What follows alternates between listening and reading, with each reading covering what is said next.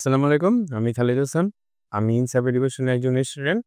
আমি গত ৮ই মে আ ফাইল জমা দিয়েছি। আজ আমি আমার ভিসাটি হাতে পেয়েছি। এটা হচ্ছে আমার ভিসার কপি। অ্যান্ড সকল কিছুর জন্য আল্লাহর কাছে লাখ, লাখ শুকরিয়া। তারপর ইনসাফ এডুকেশনের মাধ্যমে আমি ফাইকা প্রসেসিং করেছি। তাদের কাছে আমার শুকরিয়া। এখানে যত স্টাফ আছে উনারা আমাকে সকল ফাইল প্রসেসিং এ সাহায্য করেছে। উনাদের সকলকে আমি ধন্যবাদ জানাতে চাচ্ছি।